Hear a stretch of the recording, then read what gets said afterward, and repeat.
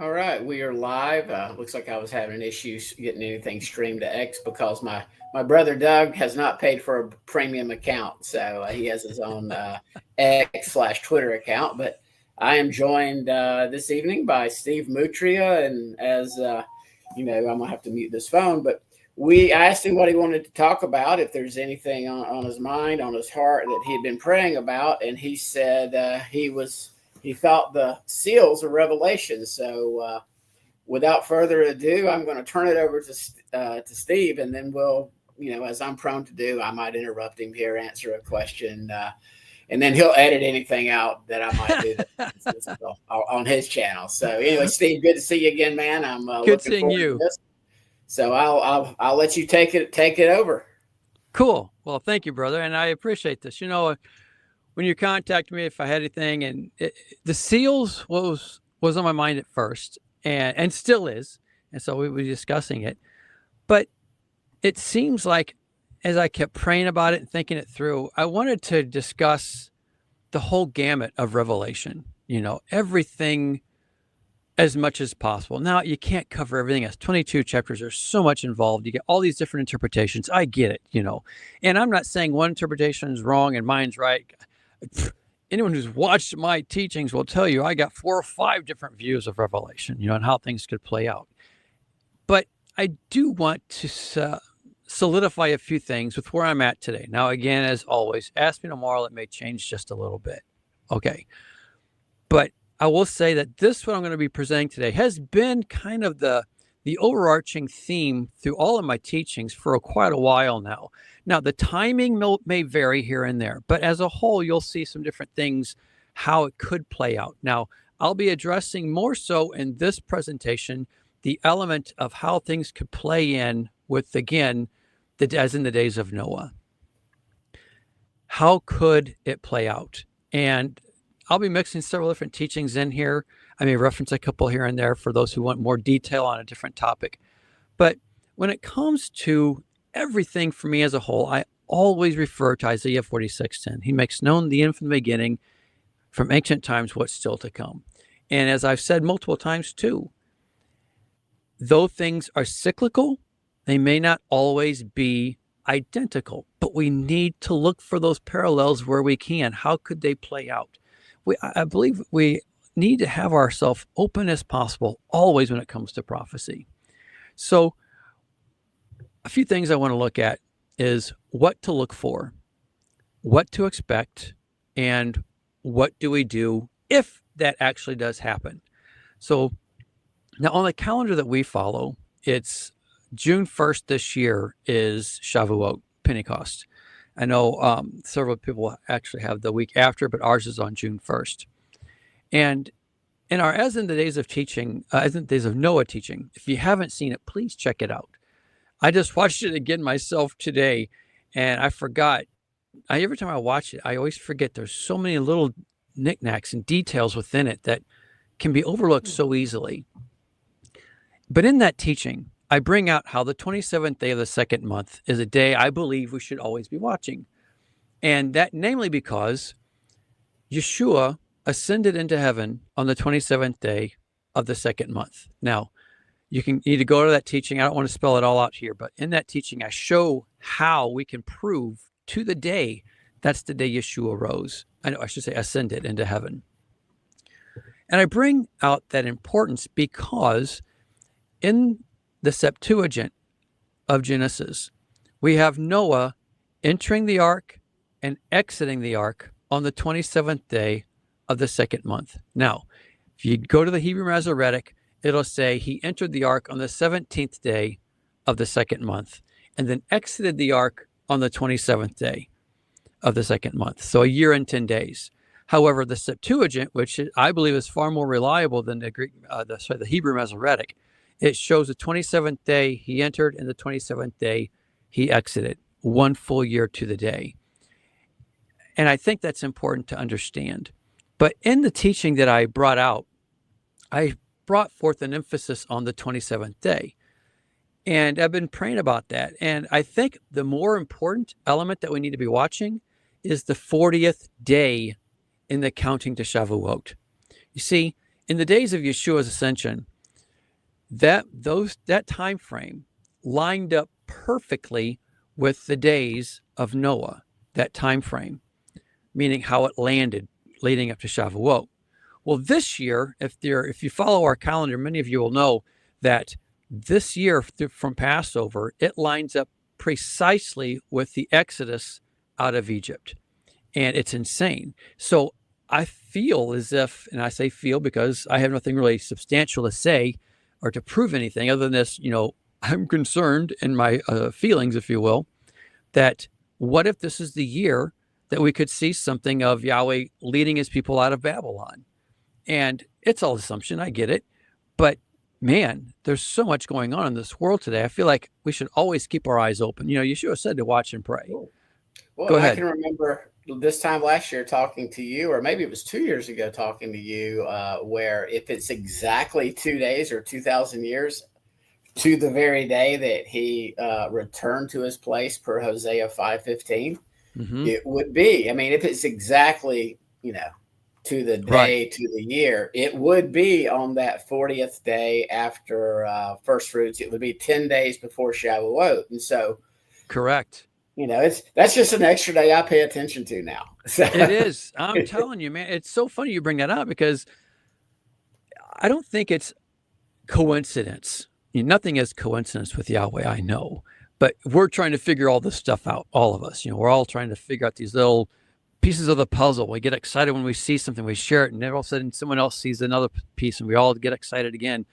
Well, I feel as if knowing that Noah entered the ark and exited the ark on the 27th day, that's pretty considerable. And here Yeshua enters into the heavenlies on the 40th day, which happened to be the 27th day of the second month. Now, what if everything starts on the 27th day? It picks right back up where he left off. He ascended. Now all of a sudden it's going to start right back again on that 40th day.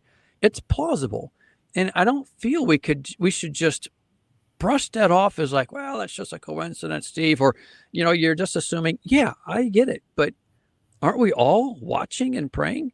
So it would be different, Steve, if you were actually teaching, thus saith Steve. This is sort of, that's where I, especially with prophecy teachers, and obviously certain things are written in dispensational song. Thou shalt not ever come against and teach against the pre-trib rapture. If thou ever wants to be invited to a prophecy conference again. Right.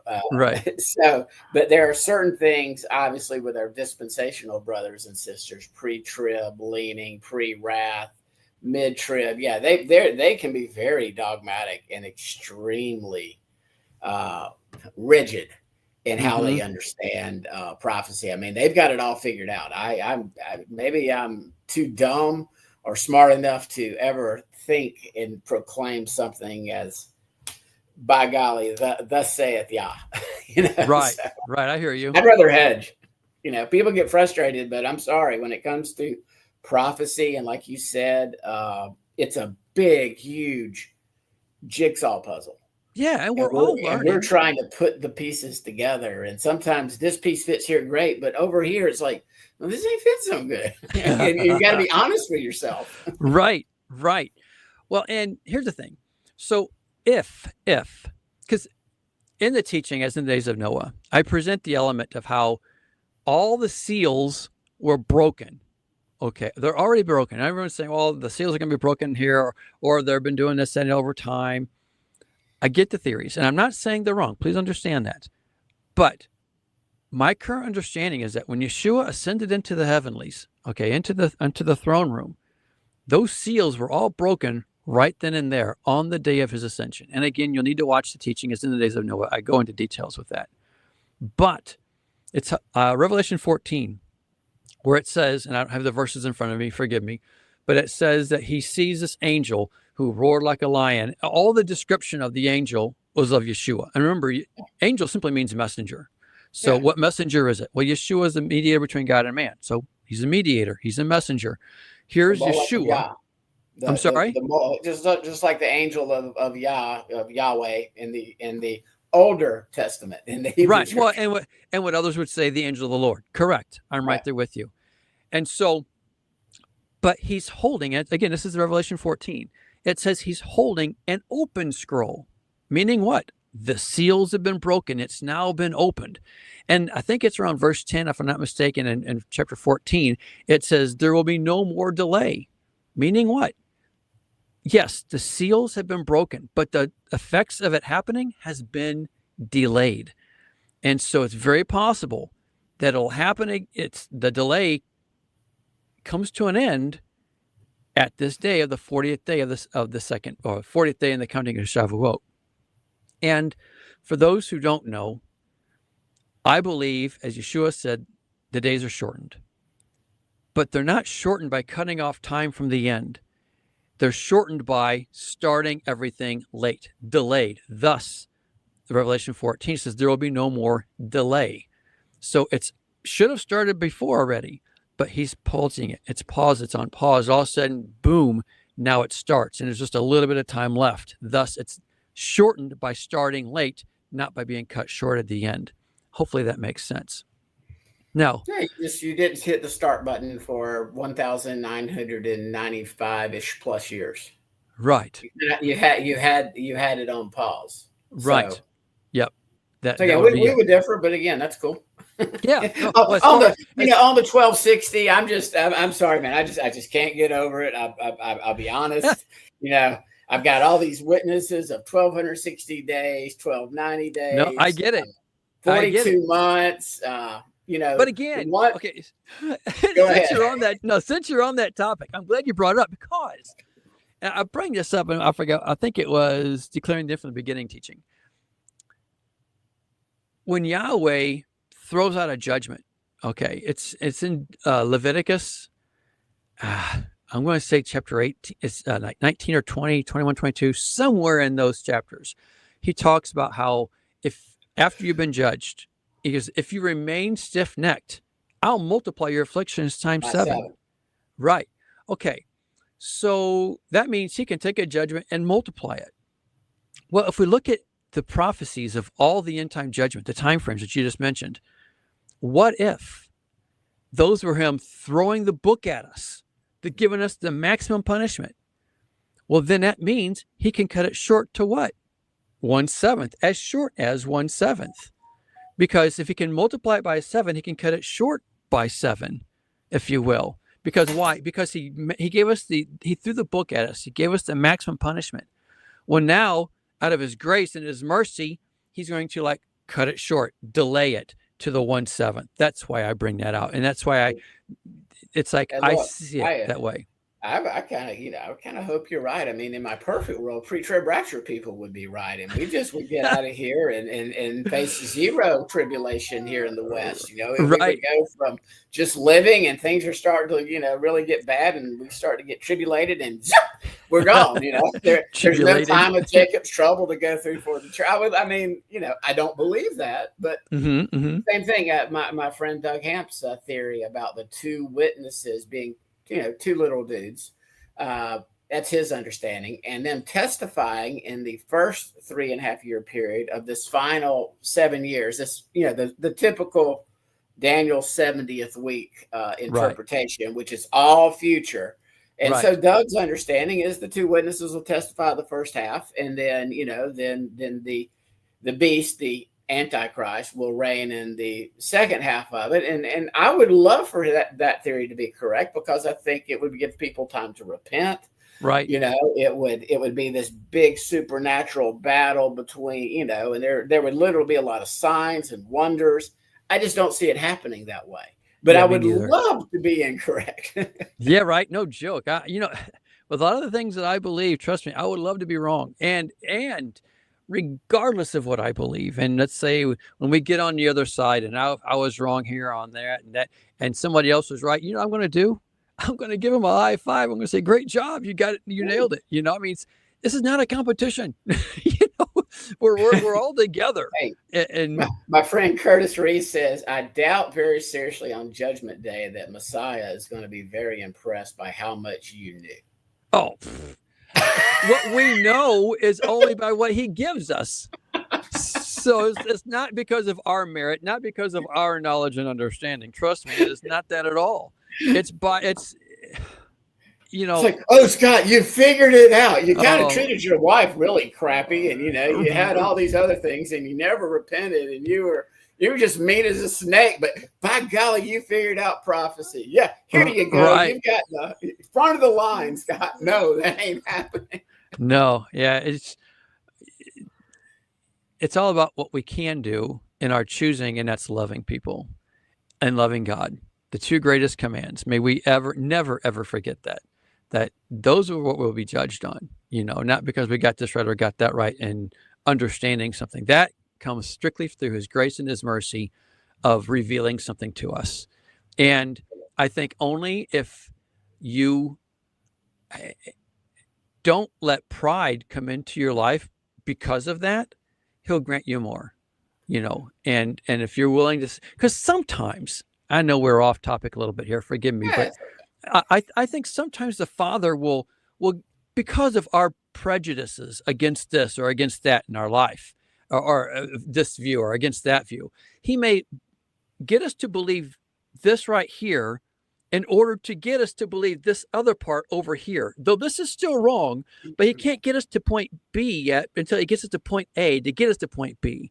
Does that make any sense? Yeah, 100%. I'll give you an example, and I will give you some credit here on this one. You were one of the ones, and I don't even know that it was specific teaching, but for probably the first 2 or 3 years that I sort of started having a public, people keep telling me I have a ministry, but started having a public ministry. I was so, if I heard the word rapture, I mean, it was like nails on the chalkboard, or, like a pre-trib rapture or harpazo, it was like, because that's all I heard growing up for 47 years. And I just learned that, wait a minute, I'm Israel. There's no new thing called the church.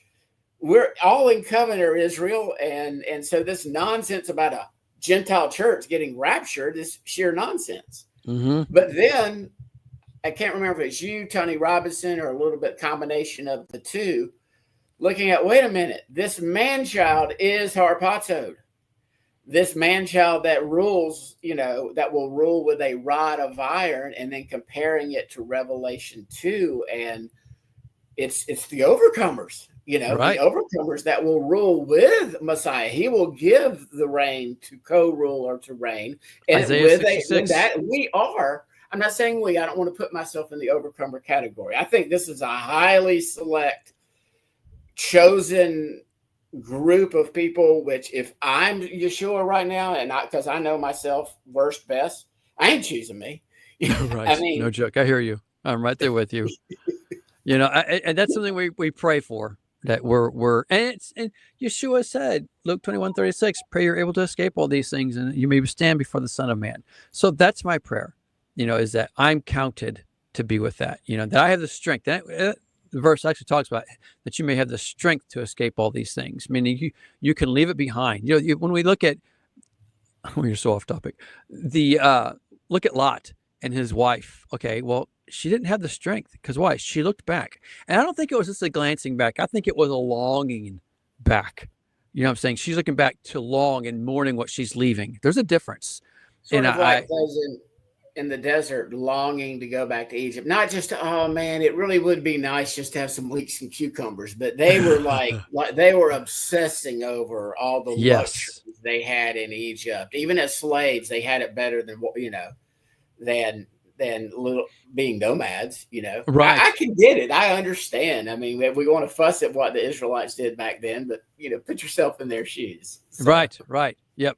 No, I'm right there with you. To your point, okay. Steve, this pattern, I believe part of this, maybe at the latter part, if there is this, I believe we can see a very similar pattern, but maybe being more global, because now Israel is spread all over the world versus being confined and contained within one country and one region of said country. Correct. Yep. Agreed. Yeah. And I'll actually be coming back to that in a little bit here. So let's go to the seals. First, you have the white horse. Okay. I know a lot of people, will try to personify that as the Antichrist, or, and as I've said before, I think we use caution in personifying things. I think, because if you're going to personify the first rider, you got to personify all of them. Okay. And I think it's more so of what they represent more than anything. I could be wrong. And I'm not here to say anyone who believes otherwise is wrong. I'm just asking, let's be open. because I've heard some great perspectives. Don't get me wrong. So the first is a white horse. He's holding a rainbow. Now the English says bow, but if you go to the Greek Septuagint, that word for bow is the exact same word used for rainbow at the flood. So here we see the rider's holding a bow, and a rainbow at that time represents covenant. Okay, so I think this is important too. And he's given a crown. Now, what does this represent? I'm open. I have lots of theories, and it's because I don't want to say I think this, I think that, because right now I have so many different perspectives on it. I just want to say I'm open, but I think it will be significant, and when it happens, we will all know, I believe. Second is the red horse. That's the second seal. And it says he takes peace. Now, a lot of people say this is a war. I get it. I'm not saying it's wrong. However, where it says he holds a great sword, the Greek does not say great sword. It says old dagger. It says it's the great is where people get for old, but it means as in age. And the where they say sword, I don't really get that at all, because it literally means little sword, like a dagger. So he holds a little dagger. In my opinion, I think it represents a time of chaos. Okay. And third horse, the black one, holding a pair of scales, and I believe that to be an economic collapse. With all my heart. Which leads to famine potentially. Exactly. When it even says a quart of wheat for a day's wages, 3 quarts for a day's wages, and do not damage oil and wine. We can go into that different time. So absolutely, there's so many perspectives on this. Fourth is the green horse. Its rider was named Death, and Hades followed close behind him. They were given power over the fourth of the earth to kill by sword, famine, plague, and by wild beast of the earth. Now, I personally believe this is kind of a summation, if you will, of all the horses up to this point. It's showing this is what's taking place now. It's like the sum of all of them together. Now, something I think a lot of people miss, though, is how this is paralleled exactly in Ezekiel chapter 14. Allow me to read it for you. Ezekiel 14, I'm starting in verse 21. It says, "This is what sovereign Yahweh says. How much worse will it be when I send against Jerusalem my 4 dreadful judgments?" And it says, sword, famine, wild beasts, and plague, to kill its men and their animals. It's the exact same thing we just read out of Revelation on that 4th horseman. All 4 of these, the sword, famine, wild beast, and plague. It's the exact same. So I don't know how people can miss that, but man, when Ezekiel shows it, and now Ezekiel shows it happening in Jerusalem first, but make no mistake, I'm just going to reference it here, but it's in Ezekiel 4, verses 1 through 6. It's where you see things starting in Jerusalem. And in fact, I think I've got it. Let me see if I can bring it up here. Yeah, this is Ezekiel 4, verse 3. This is when the siege, put a siege around Jerusalem, all this stuff taking place. And then it says, then take an iron pan, place it as an iron wall between you and the city, and turn your face toward it. It will be under siege, and you shall besiege it. And then it says this will be a sign to the house of Israel. Why? Because it's coming your way next. That's what it means. So it's not just in Israel. No, it goes all over. Matter of fact, I've got a verse whole house somewhere. Yeah. Exactly. And there's been some banter in the chat. Once you understand that upon placing your faith in Yeshua, you cease being a pagan. You cease being of the nations. Now, again, I'm still American.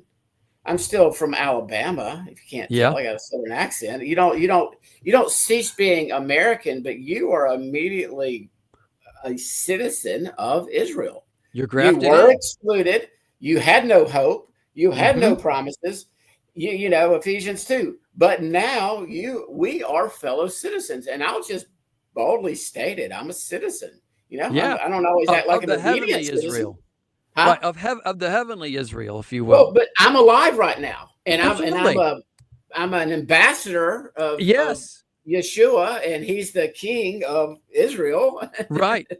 Well, I bring that up because when we say Israel, so many times we go to the modern state of Israel, and that's not what we're talking. We're talking to the Israel of Yahweh. That's all I'm bringing out. And for your audience, I'm always very clear. If I'm referring to the modern nation state of Israel, I will say the modern nation state of Israel. Right. Same For here. that reason, because it gets confusing. Yes. I know I'm not a citizen. They won't let me in. They're discriminating against me because I'm not Jewish. And Yah's using their discrimination policy to effectuate and keep all of us out of the land until he deems it appropriate. Right. Right. No joke. He Now, is. well, and something else too. Back to the citizenship. Paul was a Roman a citizen. He never gave up his citizenship just because he was a citizen of Yahweh of Israel. He kept it. So it doesn't mean you're not a citizen of the whatever country you're in. You know. Anyway, but to your point, how it comes on the whole house of Israel. This is what Yeshua said, Luke 21:34. Be careful, or your hearts will be weighed down with dissipation, drunkenness, and anxieties of life, and that day will close on you unexpectedly like a trap. And then it says, verse 35, for it will come upon all those who live on the face of the whole earth. So it's going to go, and that goes back to Ezekiel. It's going to go to the northern and southern kingdom, everybody everywhere. And that's to your point earlier. It's like we're all everywhere. We're scattered all around, so that it's going to happen everywhere just the same. Are you with me so far? Yep. Okay. Now, back to that point of Ezekiel 14, where it talks about those 4 plagues, and it says it comes to kill the men and their animals. Well, that's the 4th seal, and it leads right into the 5th seal. What? The martyred remnant under the altar, where you see all these people who have been killed for their faith. Okay. And this, I look at this, I believe, and I could be wrong, but this is going to be a time of extreme persecution. I mean, a time where if you did not escape, if you did not have the wisdom to get out, and I'll come back to that because I've had a lot of people saying, I have nowhere to go. We'll cover that in a little bit. This is going to be a time, I mean, utter devastation, and it will come upon them like that. Yeshua said, hey, man, just as it was in the days of Noah, the flood came at a moment's notice, and no one was ready. It will be the same principle. When this day happens, I promise you, it's going to catch a lot of people off guard. Now, do you believe that would be the day that of the sealing? I may be fast forwarding you. I do that a lot when we have these talks. I don't know exactly where you're going, but where the day when the 12,000 from each tribe are sealed. Maybe this harpazo event of the man-child. Do you believe that could be when it's, the judgment really starts to get poured out? You're jumping the gun. 1 second. But you're right on track, because that's what I'm right there. But the point is, though, I think, and let's backtrack. So we're saying, if we're right, or I'm right on this current thought that I have, that all this starts on the 40th day of the counting to Shavuot, the day Yeshua ascended, and now all of a sudden it's all going to start again on this 40th day. Okay, that means there's 10 days left to Shavuot. Okay, that means this could easily be the 10 days on the Church of Smyrna when they're told, you will have to go through 10 days of persecution. Matter of fact, it says that they're told that, they're told to be faithful even to the point of death, and they will be given a crown of life. I mean, this is going to be 10 days, if I can say it, from hell. Okay, now I want to make it clear, though, that this is man's persecution. This is not God's wrath. This is not God's judgment, anything like that. It's, I guess you could say it could be God's judgment, but it's not God's wrath. That's for sure. It's man's wrath. He would be allowing instruments of judgment, much like Nebuchadnezzar, much like yes. When his people were disobedient, he allowed other nations to judge them, whether it be Philistines or Ammonites or Moabites. Yep. Even the Babylonians at that time too, and Desert Jeremiah. Correct. Exactly. So it would be considered judgment through Yahweh, but not his wrath. There's a difference, a big difference. Now, that being said, I had a thought, I completely lost it. Forgive me. It was That's okay. regarding the. Oh, I know. So because the martyr remnant, they're asked, how long, O Lord? Steve paraphrasing here. How long, O Lord, until you avenge our blood? Okay, and then they're all given white robes and told to wait a little longer until the fellow number of their brothers was completed. Well, when does that happen? Well, that leads us. That's the fifth seal. Now that leads us to the sixth seal, and that would be the resurrection. And I believe with all my heart, as we've discussed multiple times, that the resurrection takes place either on the 49th day or the 50th day, because the 49th day is the last day of the counting. You count 7 Sabbaths, okay? Then the next day is the Shavuot. So I can see either one, but I believe with all my heart that will be the day the resurrection takes place. And, Yeshua said, I would raise him up on the last day. He said it like 4 or 5 different times in John chapter 6. He would raise his faithful followers up on the last day. And if you go to Revelation 2, I think it's 18, 19, somewhere around there, you see the resurrection taking place the same day Babylon is destroyed. Okay. And I've covered that in several teachings too. But this is all leading up to that day when we're resurrected. Now, to your point, like, is this the day we're sealed, or the 12,000 from each tribe? I think that happens on that day. Okay. Exactly how I'm sure I could be wrong here and there with regarding the logistics of it. Maybe, I don't know, but to me, it just makes the most sense, because if you go to Revelation chapter 7, it says, I don't have it in front of me, forgive me. It's like verse 4 or 5. It says to, hold off on everything until we put the seal on everybody. Okay. Then it all happens. So it seems as if they're sealed first, like appointed. And then all of a sudden, just as they're sealed, all that judgment of the seals take place. Okay. Or I should say the sixth seal takes place, because that's going to be the beginning of your trumpet judgments at that time. But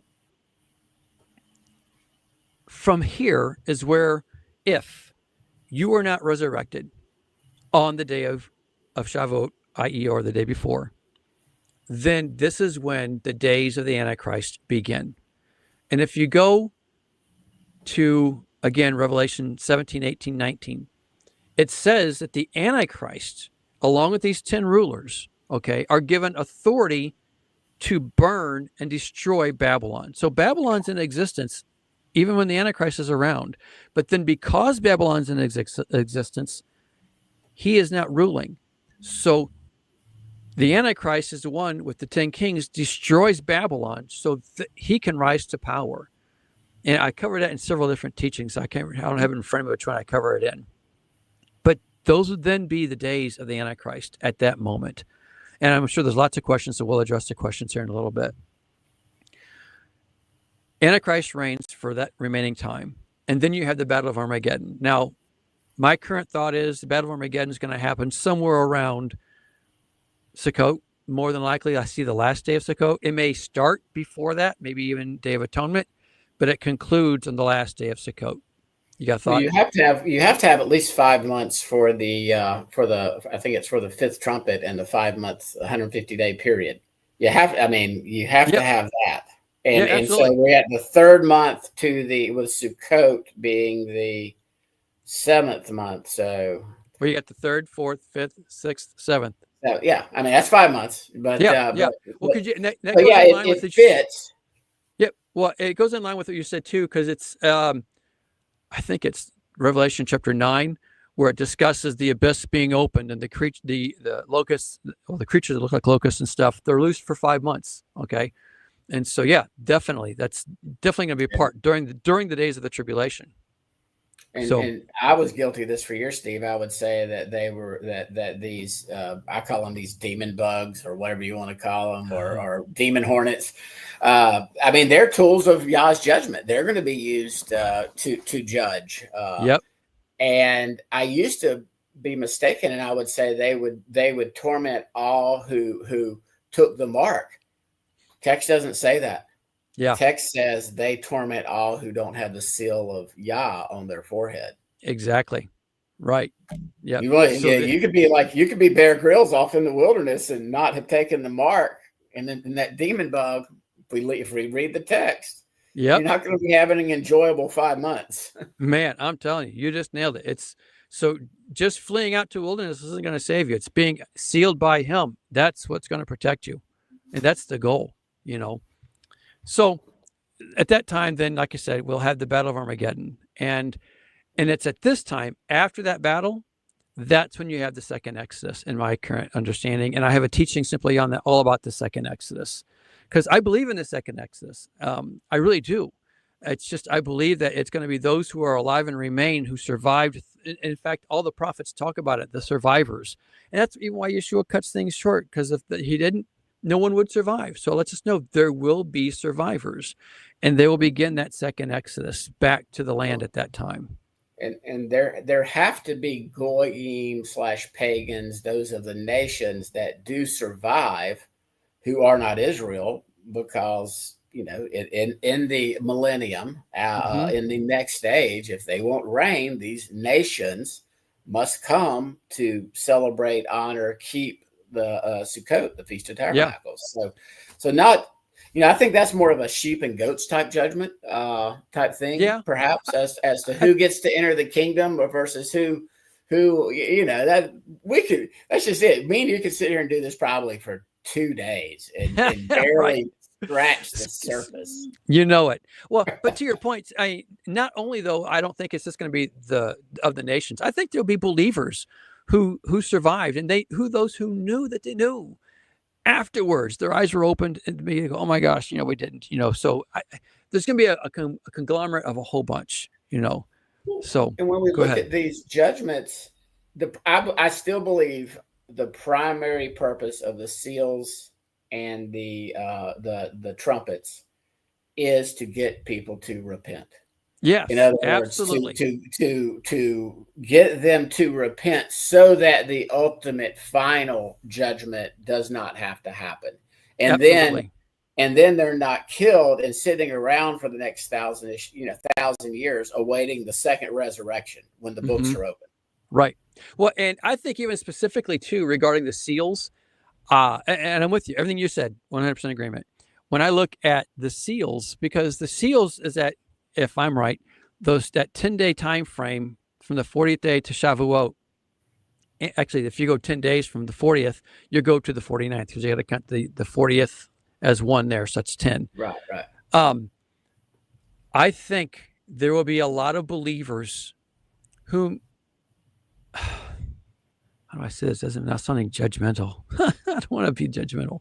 Say it with grace. With grace. Well, I feel as if, and here I am saying the word feel,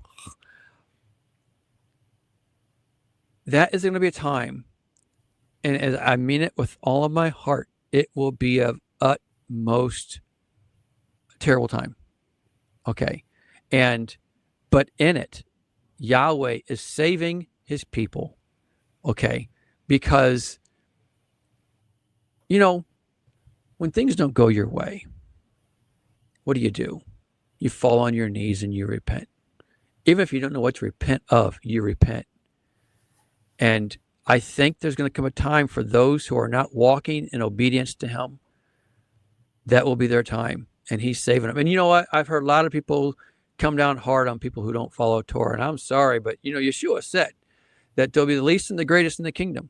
Okay. Those who obey the commands and teach the commands are the greatest. Those who don't teach the commands and follow the commands are the least. Well, wait a second. That means you have people in the kingdom who aren't following the commands. Okay. So, I'm sorry, folks, but there's a lot of people who right now are not following the commands out of rebellion. They're not following the commands because they don't know. They don't understand. Their eyes have not been opened. Indoctrinated. Yes. So it's not out of rebellion. It's not like, forget this stuff. Now, if they come to the realization, and we don't know their heart, so please remember that. There might be some out there who are like that, and the Father has opened their eyes and they still turn away. That's between them and the Father. But I'm telling you, forgive me 1 second. There are so many, and I mean so many good people who don't know.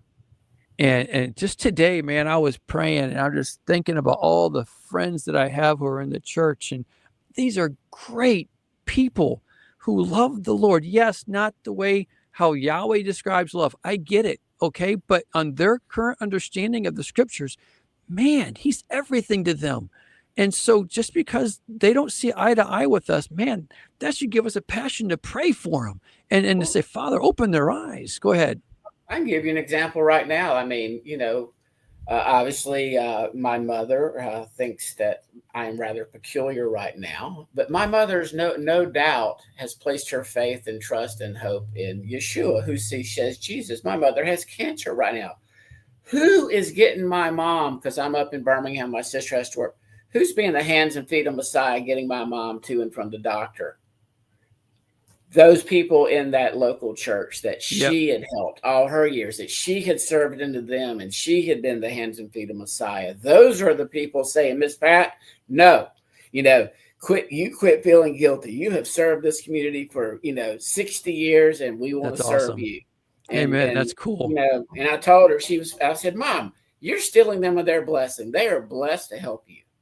And so, but again, if anybody tells me a walking the walk, talking the talk, bearing the fruit of the Spirit Christian is going to, again, I can't get into their heart, but I can I can be a fruit inspector. You know what I mean? Right. Yep. And they confess with their mouth and blah, blah, blah. And yeah, are they wrong on the Sabbath? Are they wrong about Christmas and Easter? Are they wrong about that ham sandwich? 100% no doubt, by golly. And I would tell them, I don't want your status in the kingdom to be affected by bacon. Or I would tell my Messianic Jewish brothers right now, stop it. Quit adding to and taking away. And I don't want to hear your nonsense. We have to have traditions. Well, okay, let's say you as a local fellowship have some traditions, as long as you don't command them and make sure everybody in the fellowship do your traditions that you like to do in corporate worship in their homes. Yep. But don't tell me you just, no, you love Judaism. Yeah. You love the traditions. You love the title. You love, I'm sorry, it's all Babylon. And he wants you to get the heck out. And I do believe that's part of this. And so that's my heart right now. I do believe that's part of it. Yeah, Get I agree. out of bed with the harlot. I don't care if she wears a green and red dress or blue and white dress. Stop it. That's so funny. It's true, though, and I'm being not graphic compared to Ezekiel 23. Right. No, I'm right there with you. I'm keeping it G. So go ahead. I am trying to find my notes. Okay. After the second Exodus is when we have the new beginning, the new beginnings of we entering the millennium. Now, some could argue, well, the millennium starts at the end of the Armageddon, or it started already. However you want to say it, I'm open. But the bottom line is, all war is now done, according to Hosea chapter 2. After Armageddon, there's no more war, period. Ever on the face of the earth, there will not be another war, And so, to me, that's like this. Here we go. We're entering into the millennium under Yeshua's reign, thus the beginning, new beginning. And I can't wait for that time. I don't know about you. So now, I take it you don't advocate for this little season theory nonsense going around right now? Oh, I have a whole teaching on that. Yeah. Yeah, I know you do. That's what I'm saying. Satan's little season. I'm like going, but I saw bazookas the other day and I saw AR-15s and I keep seeing bombs dropped. What? I know. What Bible are you reading? Anyone who says we're in the Satan's little season, you are completely omitting Hosea 2. There's so many prophets. They completely ignore the prophets and try to piece things together how they want, but that's a different topic. You can watch our teaching on that. Same thing with 70, 80 preterists. Yeah, they completely ignore everything, Genesis to Malachi, and they cherry pick a few verses. So go ahead. Yeah. Well, so during this time, one of my teaching thing was Satan's Greatest Masquerade, part 1 or part 2, I bring out how there's a parallel with Yeshua and David and Saul and the Antichrist. You see, Saul was the king, but David was the anointed king. Okay, so here's Saul reigning in the city when David, the anointed king, is now out in the wilderness, and he's got all of his people gathered around him. Okay, so what's the parallel? What's Yeshua?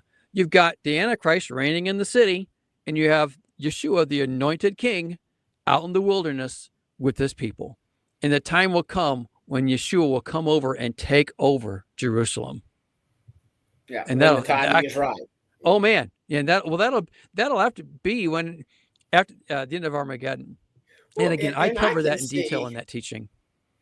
again, I can see, how Yeshua could gather. I'm gonna say harpazo. Again, this man child. I can see how that could happen.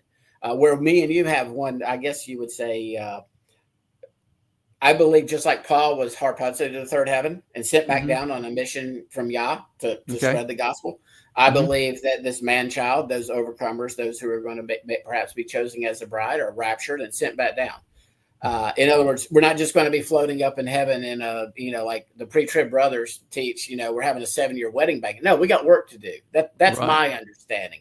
I hear you. Whether or not we're glorified and become immortal, I don't believe so. I believe we're sent back down sort of like little Elijahs and Moseses, or like Paul and Peter back in the day. There's going to be some supernatural stuff going on, but death is still a possibility for us. And I believe most that are selected for that get martyred over that period of time after they're sealed.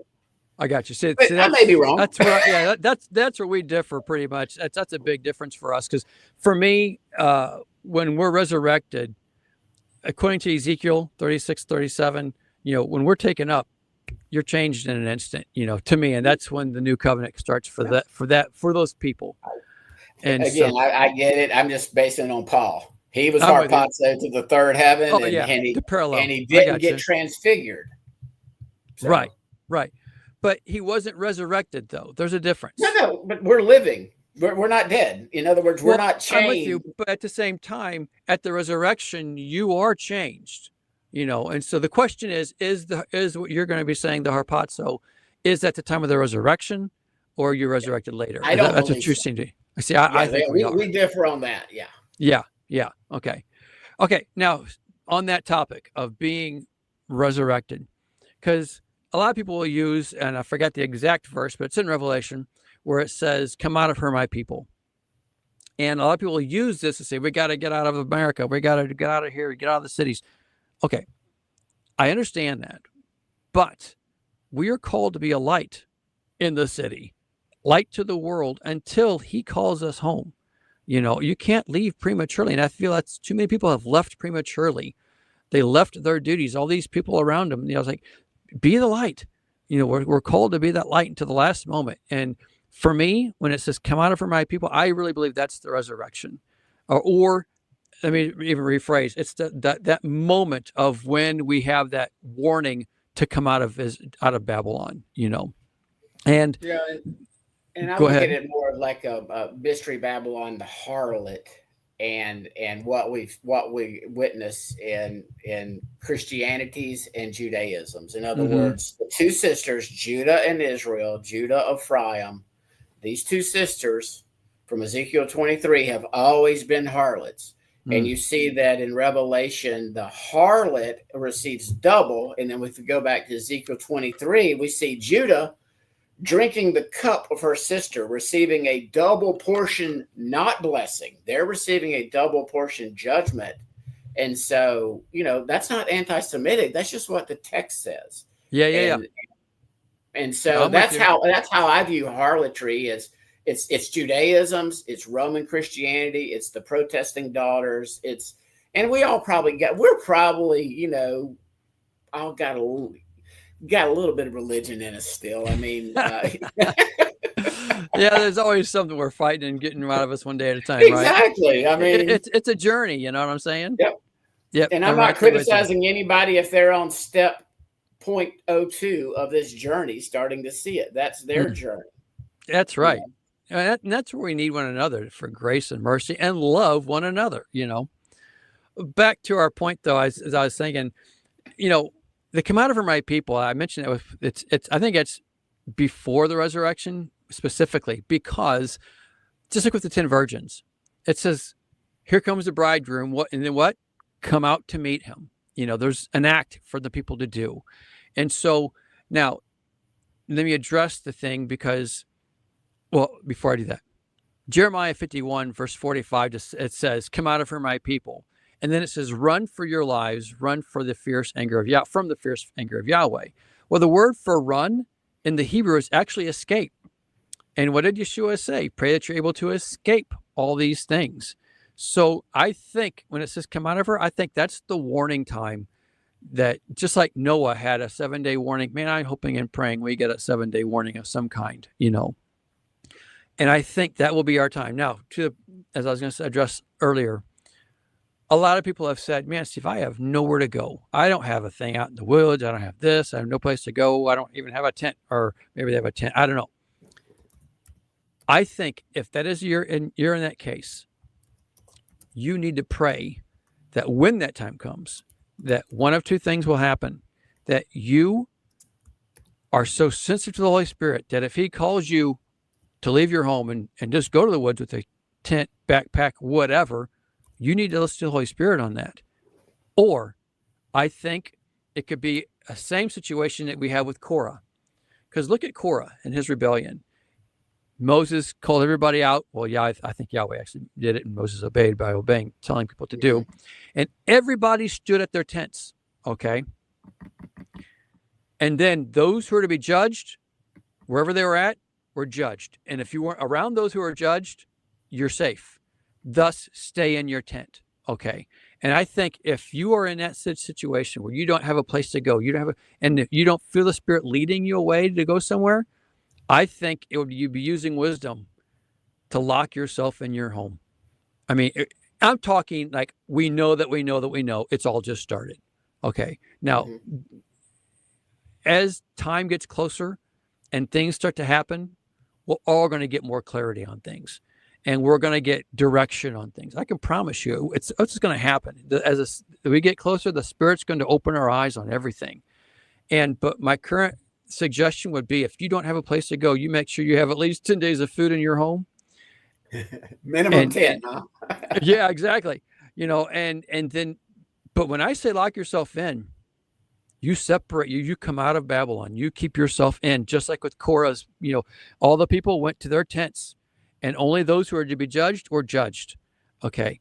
And so and that goes in line with Passover too. Okay. Because what happened, they locked themselves in at home at that night. They didn't come out to that morning. And so I think there's a principle there that we stay in Yeshua, and we separate ourselves at that moment as best as we can. And that's something that we're all going to have to do, and learn and grow and follow what the Spirit leads and puts on our heart. But one thing I do believe, that this time of the seals is going to be a time of refinement. And I mean harsh refinement. There's a verse I want to read. Purification. Yes. If you don't mind, may I read? How is silver refined?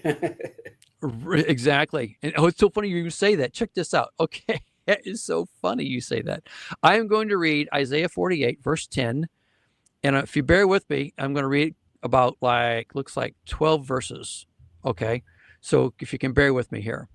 And to what you just said, listen to the first verse. Isaiah 48, starting verse 10. See, I have refined you, though not as silver. I have tested you in the furnace of affliction. Verse 11. For my own sake, get it? For my own sake, he says, for my own sake, I do this. How can I let myself be defamed? I will not yield my glory to another. Listen to me, O Jacob, Israel, whom I have called. Now, again, here's Jacob, Israel. All of Israel, not this kingdom, not just, the southern kingdom of the north. It's all. It's Jews. Yep. Okay. Not just the Ephraimites and the Gadites, not just the Reubenites. Yep. Exactly. Okay. So again, verse 12. Listen to me, O Jacob, Israel, whom I have called. I am he. I am the first and the last. My own hand laid the foundations of the earth, and my right hand spread out the heavens. When I summon them, they all stand up together. Come together, all of you, and listen. Which of the idols has foretold these things? Yahweh's chosen ally will carry out his purpose against Babylon. His arm will be against the Babylonians. I, even I, have spoken. Yes, I have called him. I will bring him, and he will succeed in his mission. Now, verse 16, listen to this. Come near to me and listen to this. From the first announcement, I have not spoken in secret. There it is. At the time it happens, I am there. And now sovereign Yahweh has sent me with his spirit. This is what Yahweh says, your Redeemer, the Holy One of Israel. I am Yahweh your God, who teaches you what is best for you, who directs you in the way you should go. Listen to verse 18. If only you had paid attention to my commands. I'm going to read that again. I know. Verse 18. If only you had paid attention to my commands, your peace would have been like a river, your righteousness like the waves of the sea. Your descendants would have been like the sand, your children like the numberless grains. Their name would never be cut off nor destroyed from before me. Now, verse 20. Leave Babylon, flee from the Babylonians. Announce this with shouts of joy. I get that so crazy cool. Look, I want to read verse 20 again. Leave Babylon, flee from the Babylonians. Announce this with shouts of joy and proclaim it. Send it out to the ends of the earth. Say, Yahweh has redeemed his servant Jacob. They did not thirst when he led them through the deserts. He made water flow for them from the rock. He split the rock and water gushed out. There is no peace, says Yahweh, for the wicked. So, first, he's doing it for his name's sake. That means he's going to correct all those who have taken his name in vain. Okay. And then here he is telling us, because you haven't followed my commands, this is coming your way. That's huge. And then it says there will be no peace for the wicked. So if you remain stiff-necked, meaning wicked, and let it be known, I don't know the Hebrew word for wicked here, but I do know that when you go to the Mount Sinai and they're putting up the golden calf, and it says all of them, tomorrow's a feast unto Yahweh. Okay. Well, what did Yahweh say about these people? He said they are raw, wicked. That's what he said about these people. Now, they're in their mind, they're serving Yahweh, yes, but they're doing it wrong. They're doing it in the ways they want to do it, not the ways he said to do it. So if you remain in your stiff neck in your ways, he considers you wicked. Well, here's what I hear a lot when it comes to certain vain traditions of men, certain symbols, titles, customs. When I have these conversations, whether it be with a Christian or a Messianic Jew, I'm not going to include Judaism because they deny Yeshua. But right. Your various Christian denominations and Messianic Judaisms, I hear a lot of, I love the waving of the light. I hear I. In other in what they think, feel, or want. Versus, to your point, what you just read, this is part of the commandments, everybody. Right. Now, O Israel, listen to the statutes and the judgments which I teach you to observe, that you may live, and go in and possess the land which the Lord God of your fathers is giving you. You shall not add to the word which I command you. Pretty simple. Nor take away from it, that you may keep the commandments of the Lord your God, which I command you. So these individuals, again, that are making it a condition precedent to do extra biblical additions to Scripture. My heart is concerned. This is not somebody posting a comment earlier. So, you'll defend Christian traditions, but not Jewish. I'm like, this person must be new because I've been beating up on Christian stuff for about 5 or 6 years. Right. Realizing that I'm a hypocrite in the past year and really getting convicted on it. I didn't do all the Jewish stuff, but right. I might as well be an equal opportunity harlot basher. Right. So, because it is, and it hurts, and people's identity get tied in with their religion, and that's why it's so hard for mamas and daddies and daughters and sisters and friends when a person goes, no, I'm not going to do Christmas anymore. I can't. I love you. No, I cannot do Easter anymore. No, I'm not doing Hanukkah. Right.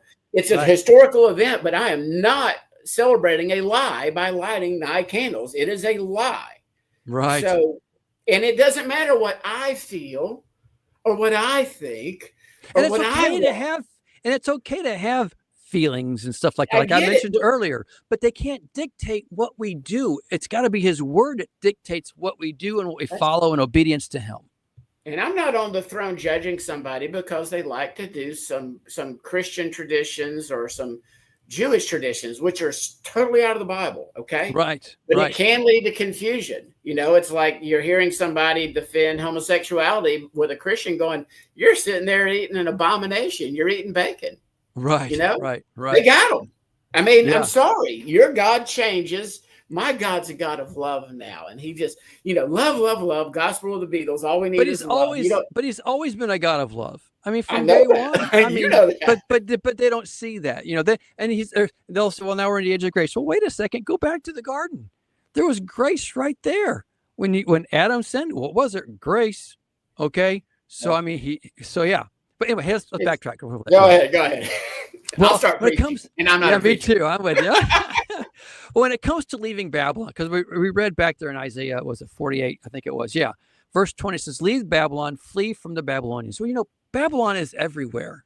It really is. The system is everywhere. So there's no place to run per se.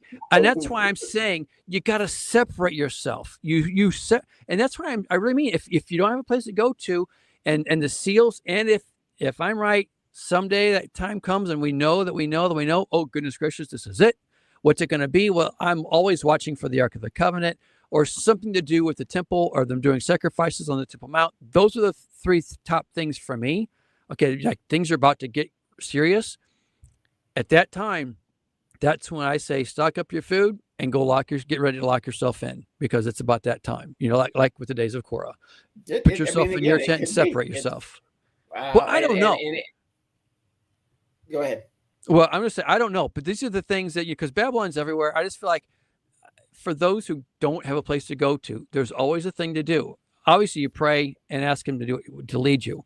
But at the very least, you separate yourself in your home, and that's it. But you got to make it a point that, you're definitely separating yourself. Changing gears a little bit. I'm going to hit current events a little bit. I don't know about you, but lots of talk about the new Pope, how all this stuff was going on. And man, every news channel, everywhere you went, everyone's talking about they're looking for a new Pope and they're voting for this and all this. I don't follow it and I don't even, whatever. But what I did find interesting is that while all this was taking place about the Pope, Israel designated their first high priest. Did you know that? Their first high priest since the last 2,000 years. They now have. I knew that there was some guy that supposedly never been around a dead body before, and they had been. He was a candidate, but so it's official now. Yeah, evidently, because I've seen several people have been sending me several different things here and there, and I looked it up, but man, you can't find it. They keep it on the low key. They make it official, but yet it's you can't even find it hardly anywhere. You got to look and they go, oh my gosh, here it is. They're making, and I just find it interesting that all these pieces are getting set in place. Go ahead. Was it the same day the Pope was conclaved elected? No, it was before that. From my understanding, it was about, I'm going to say at least 4 or 5 days before that. But that's when they had all this talk and, everyone's talking about the new Pope and about a new Pope coming, being voted on and stuff. It was covering all then. But here's the thing.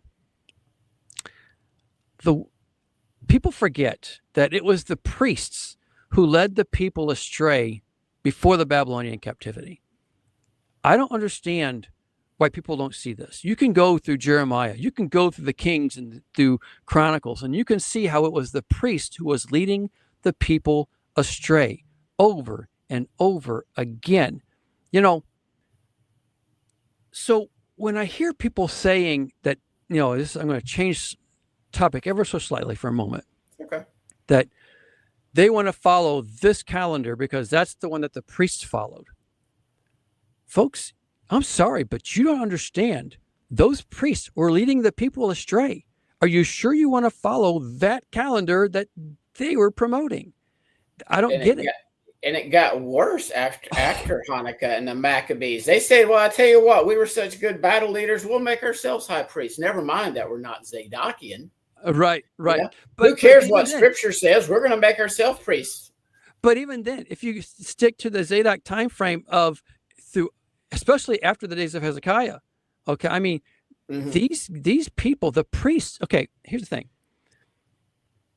when someone says they want to follow that calendar because that's what the priests did, to me, I don't think they really don't know what they're saying, because that priesthood was an abomination to Yahweh. Okay, in fact, you can look at the days of Josiah. This is like Second Kings. I think it's chapter 22, 23, somewhere around there. When he became king at 8 years old. And then I think it's 18 years later, they're doing work on the temple and stuff. And then one of his servants came in and says, "Hey, look, we found the book of the law." Well, wait a second. You're surprised? The book of the law in the temple, and you're surprised? What was going on? Well, who was over the temple? The priests. If you go in to look what Josiah cleaned out of the temple, it is insane. I got a verse. I think it is. Yeah, it is 2 Kings 23. Well, I think it starts in 22, but this is 23. Check out. This is just one small clip of what he cleaned out. This is 2 Kings 23:11. It says, "He removed from the entrance to the temple of Yahweh the horses that the kings of Judah had dedicated to the sun." Let's stop. So now you got horses dedicated to the kings, to the sun. Now, the kings of Judah did it, but the priests were the ones who were over it, and they allowed it to come in. Now let's go a little farther. They were in the court near the room of an official named Nathan Melech. Josiah then burned the chariots dedicated to the sun. So now we have horses dedicated to the sun and chariots dedicated to the sun. Well, why would there be horses and chariots dedicated to the sun? I'll tell you why. Because in the Greek similarity of this god, it was Helios, the sun god. I forgot the Babylonian name for it, but it's Helios. Helios was the sun god, and he got in his chariot with his horses and chariot that flew in the sky, and he pulled the sun behind him in the chariot. That's what was dedicated to the sun in the temple of Yahweh. Now, why would they do that? Because they're following a calendar of the sun only. That's why you have the sun and the horses and the chariot dedicated to the sun. They completely obliterated everything else and following the sun only. It was sun worship. And I don't understand how anyone cannot see that. It bothers me when I hear people saying, "Oh, you got to follow the priest." No, you follow Yahweh. You don't follow the priests. Here's a good one. I believe I understand, Peter Brad, what you're saying. If Yeshua followed it, good enough for me. I would quickly. Yeshua did not follow the Hillel calendar that the current Judaism follows, because it wasn't even invented at the time. In other Exactly. words, it was not invented until I think a couple of hundred years later, when Hillel based it so that they could do like a calculated calendar. And here's what it is. Judaism has admitted they know it's not correct. I guess they're just waiting around, perhaps until a new Sanhedrin or this new high priest that the nation state of Israel has elected decides to change the calendar. That would be very interesting, Steve, if all of a sudden, I mean, I don't think it'll be coincidence if all of a sudden the Sanhedrin, the Judaisms get together with their now high priest and decide, okay, we're going to do the calendar this way. That would be very, very interesting if and when that happens.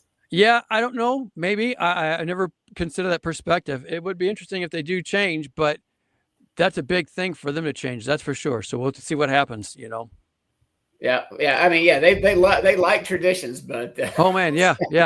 Well, let me read a few verses regarding what Jeremiah says regarding the priesthood. Jeremiah 8:10. And I say all this because of this priesthood. It's the priesthood is what leads the people astray, and it will be the priesthood in the end times that leads the people astray again. So it's history being cyclical. He makes known the end from the beginning, ancient times, what's still to come. Right. So here's Jeremiah 8:10.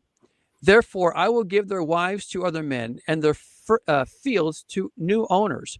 from the least to the greatest, all are greedy for gain. Prophets and priests alike, all practice deceit. That was 8:10. This is 23:11. Both prophet and priests are godless. Even in my temple, I find their wickedness in my temple.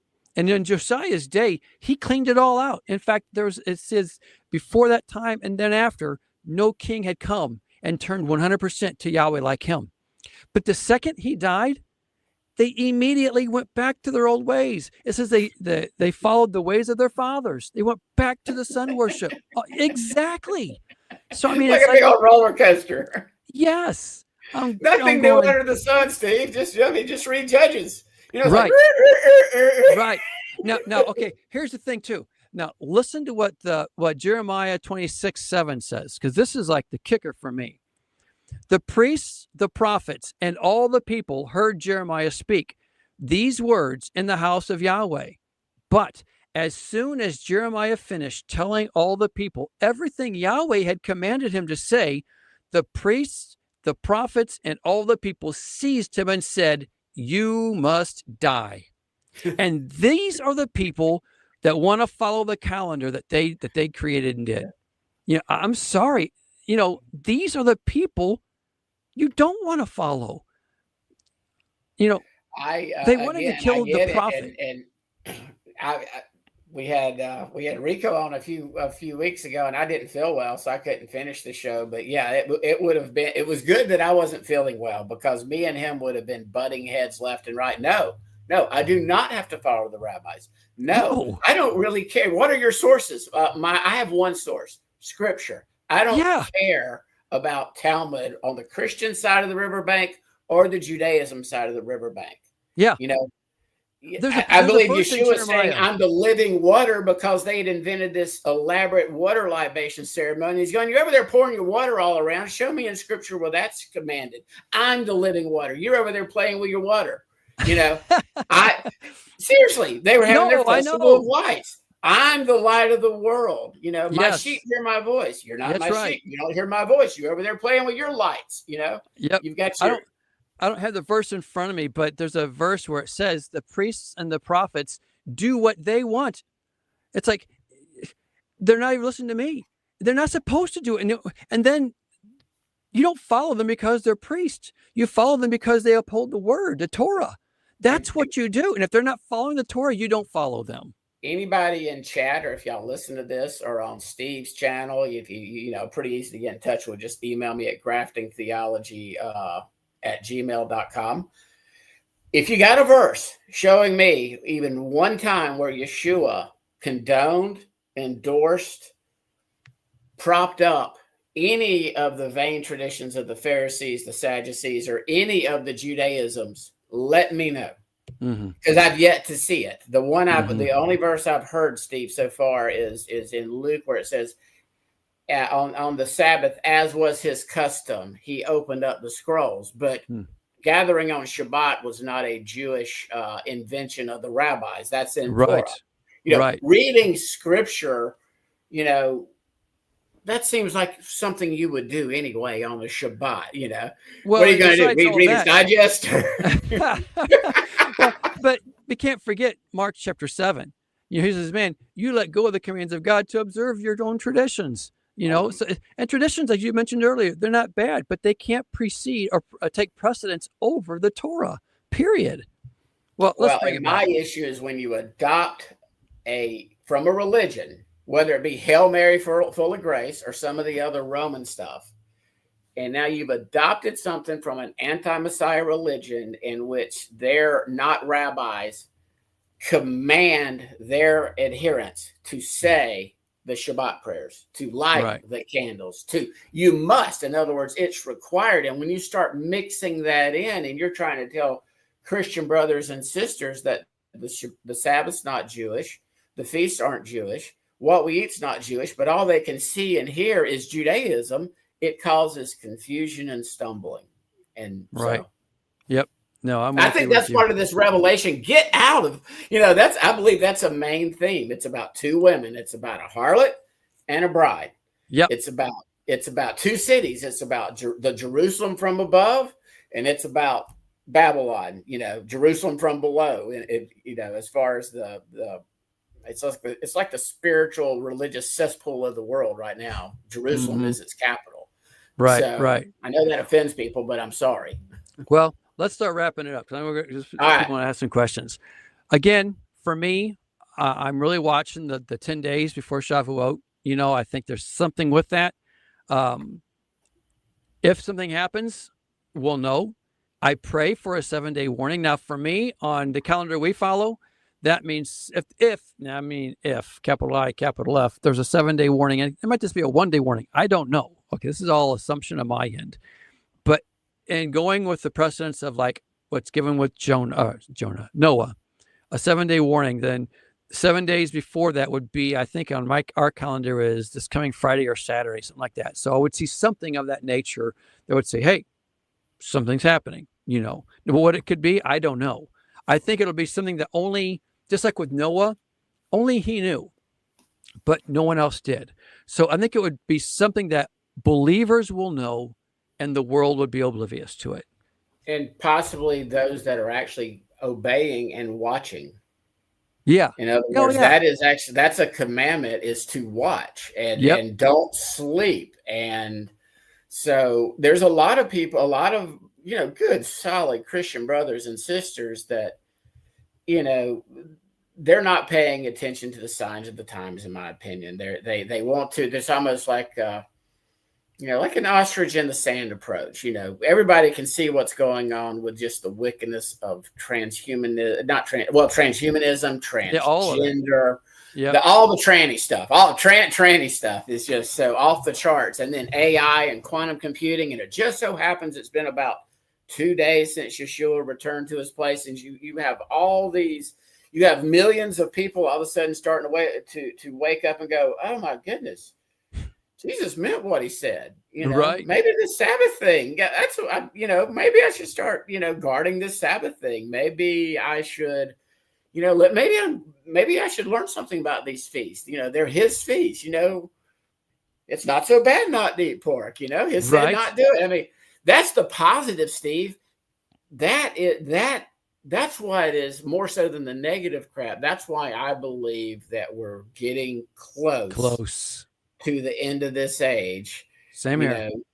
So that's my heart. I want every brother, sister that is in covenant to keep their journey going forward and to get all the way out of Babylon and help me with my journey too.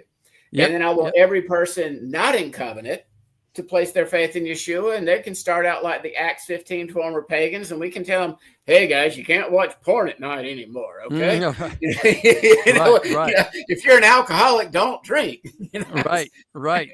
Well, we're all baby believers. And we're all learning and growing and becoming more and more like, at least we should be, And so, but if we see that time coming, how much more so than ever before?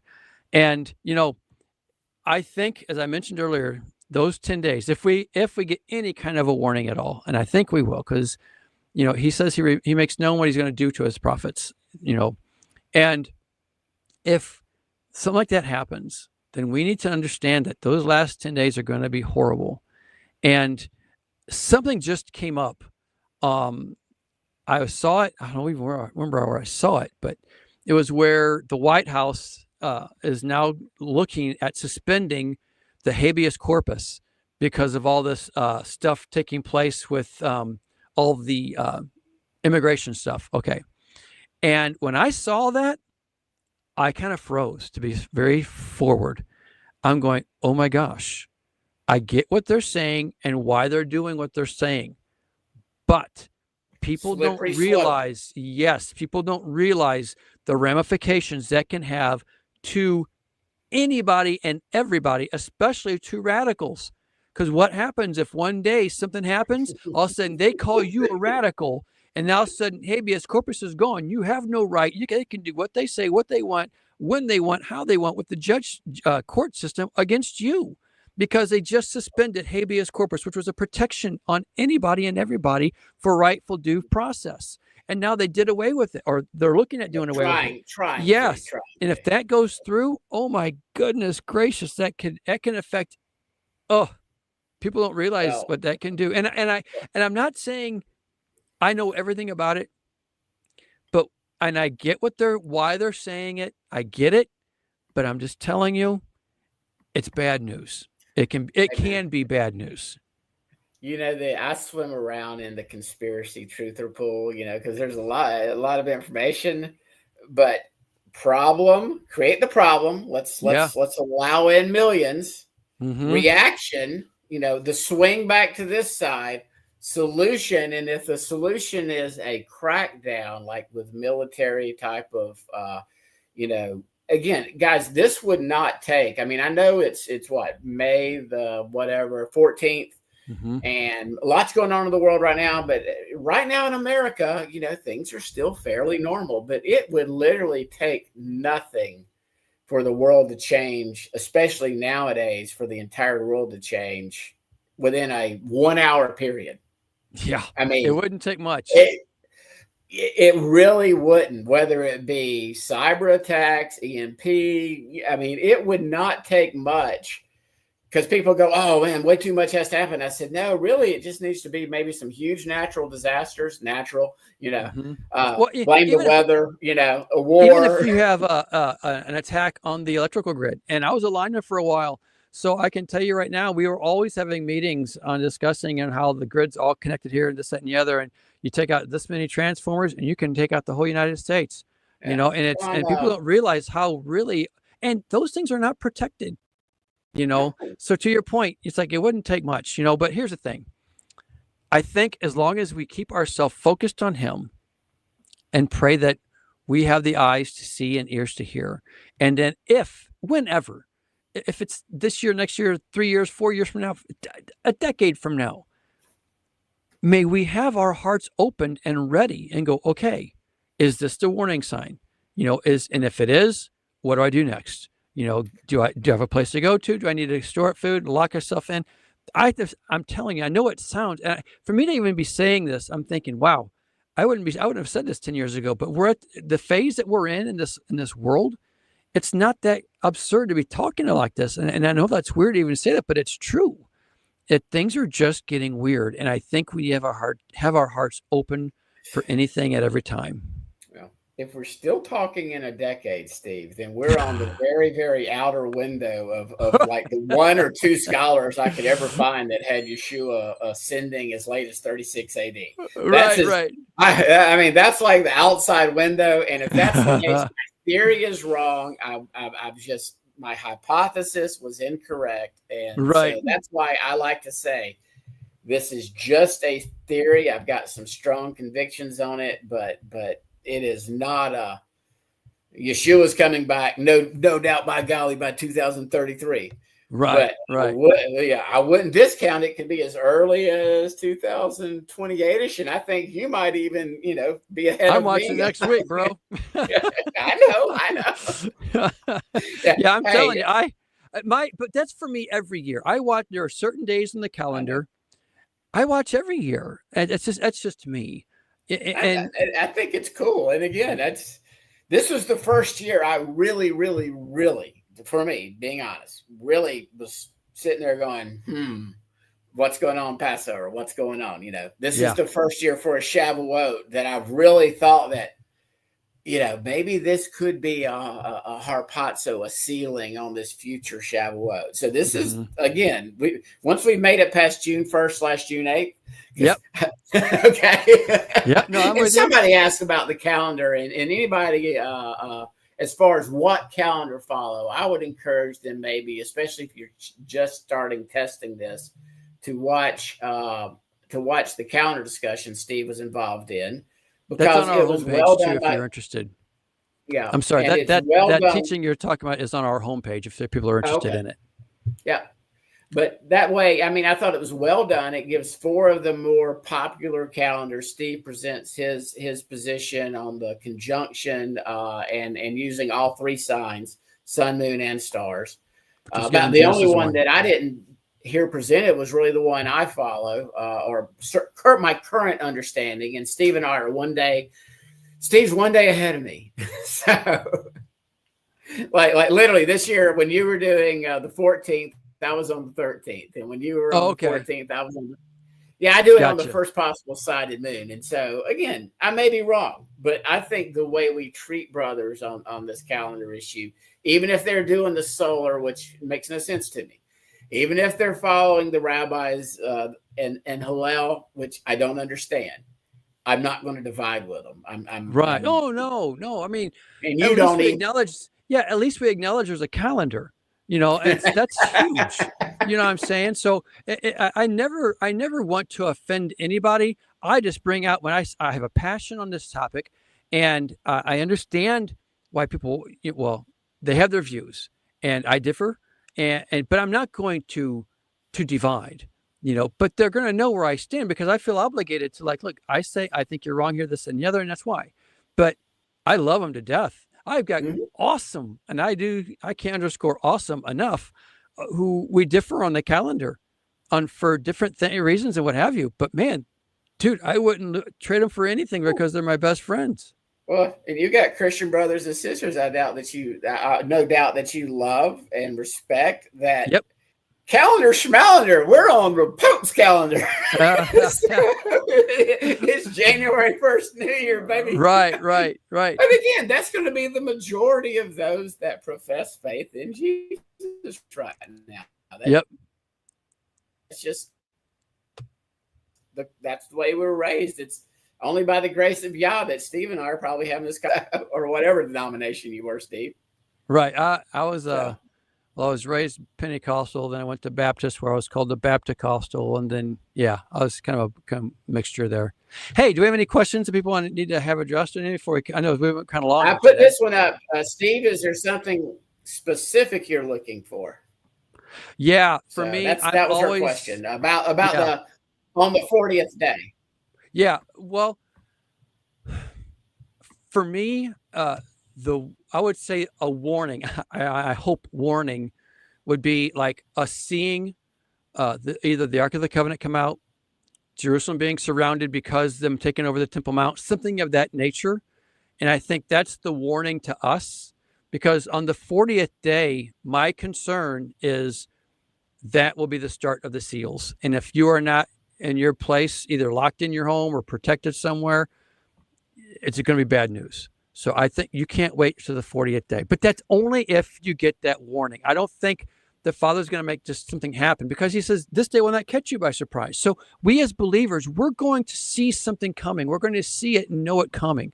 It won't catch us by surprise. So I believe with all my heart, we're going to have some kind of a warning. What it will look like, I think, again, Ark of the Covenant coming out, Jerusalem being surrounded because of it, and or because of them starting sacrifices on the Temple Mount, something of that nature. Again, back to the priests, and again, because the priests led them astray back in the day, it's going to be the priest, modern priest, that's not of Yahweh, that will lead people astray today. I believe so too. Yeah, they'll be leading obviously Judah astray, and maybe a lot of Messianic Jews and Hebrew rooters and things of that nature. That they believe that once the altar is set up and the sacrifices start, that that they have to go over there and I just want to know, what are you going to do on Yom Kippurim? I mean, right. Well, I'll tell you what. If you're considering that, I encourage you to watch. I have two teachings. One is beware of the coming sacrifices, and the second one would be something with the abomination of desolation. I forgot the name of that title of that teaching, but all about the abomination of desolation. Those two teachings, and what is the idol of jealousy? Those are teachings I think you need to consider, because I'm telling you, it's going to lead, like you just said, Scott, it's going to lead a lot of people astray. You're in my position is definitely not one well loved or received within Messianic Judaism at all. I mean, it's where I've been called anti-Semitic, and like, no, I just really I'm not pro anti-Messiah religions that deny Yeshua, but that doesn't mean I hate Jews or that no, I hate Judaism. But here's a question: isn't that in Revelation? I know Yeshua mentions 10 days to persevere for 10 days. I'll let you take it, but yeah, it is. It's in. Yeah, that's what I mentioned it earlier regarding the Church of Smyrna, and that's why I believe there's a parallel there. That's that I think is going to be how long the seals will be taking place until the Okay. sixth seal, I should say. Okay. So maybe after all the first five, maybe there's a 10-day pause or a 10-day. No, I Okay. think those first 5 seals are taking place from the 40th day to the 49th day, and on the Okay. 49th day is the day of the resurrection, and then we go off to get for the new covenant at the marriage supper of the Lamb on Shavuot. And let's see. I don't. We didn't have a lot of questions tonight, which is really weird, but that's okay. Yeah, that's Uh, good. yeah. Natalie asked, "Will you keep updating where needed and releasing world news reports going forward, Steve?" I bet he will, but you answer, Steve. So, I will do my best. We have been so busy in our lifestyle right now. I've been trying to slow down. I can't, but I do try to do those news world updates. The problem is, man, the second I make one, it's outdated within minutes. You know what I'm saying? So I mean, I can make when I get everything ready on that Thursday, and then I release it Thursday night. By Friday morning, people are watching it. That's old. That's old news. That was 5 hours ago. So it's like but I've had multiple requests to do more of those, so I will do my best to start working on that more often.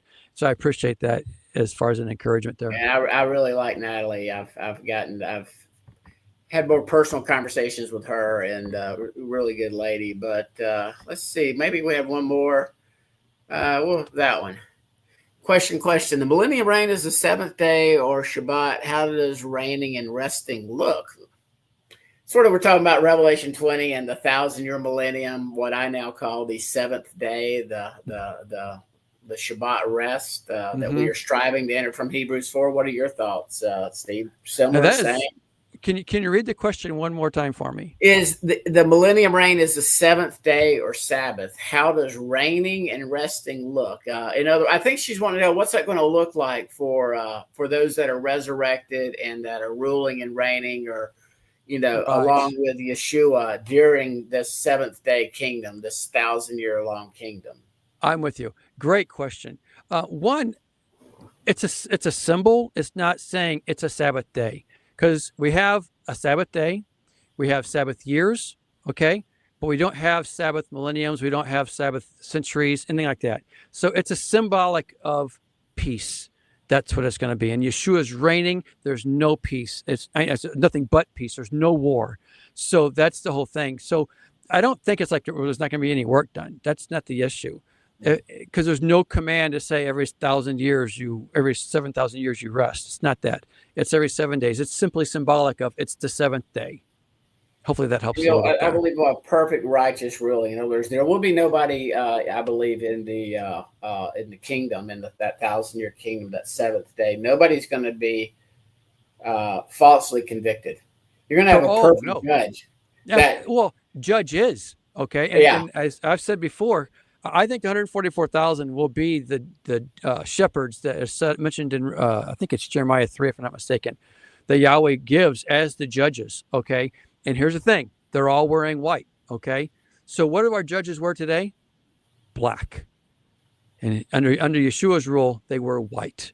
So it'll be truly a time of true righteousness and justice ruling throughout all the world. And that's really the last question, but it's interesting that when I contacted you a while ago, and you said you want to do Revelation. Well, Doug and I actually, just for anybody on your show, if you want to leave this up, and I want to have you. I'd love for you to come on as a guest when you can. We're going to start in Revelation 1, and we're going to go all the way through to the end, and have sort of like a little discussion, sort of like we've done tonight about Revelation. And maybe you can pick the areas you would love to come on and do this. We're going to call it like an iron sharpening iron type thing, where brothers can get on, knowing full well we're going to have some different understandings, but that way people can actually observe us disagree. And nobody takes their ball and goes home. They don't, nobody gets their little knickers in a wad or their panties all nicked up, Right.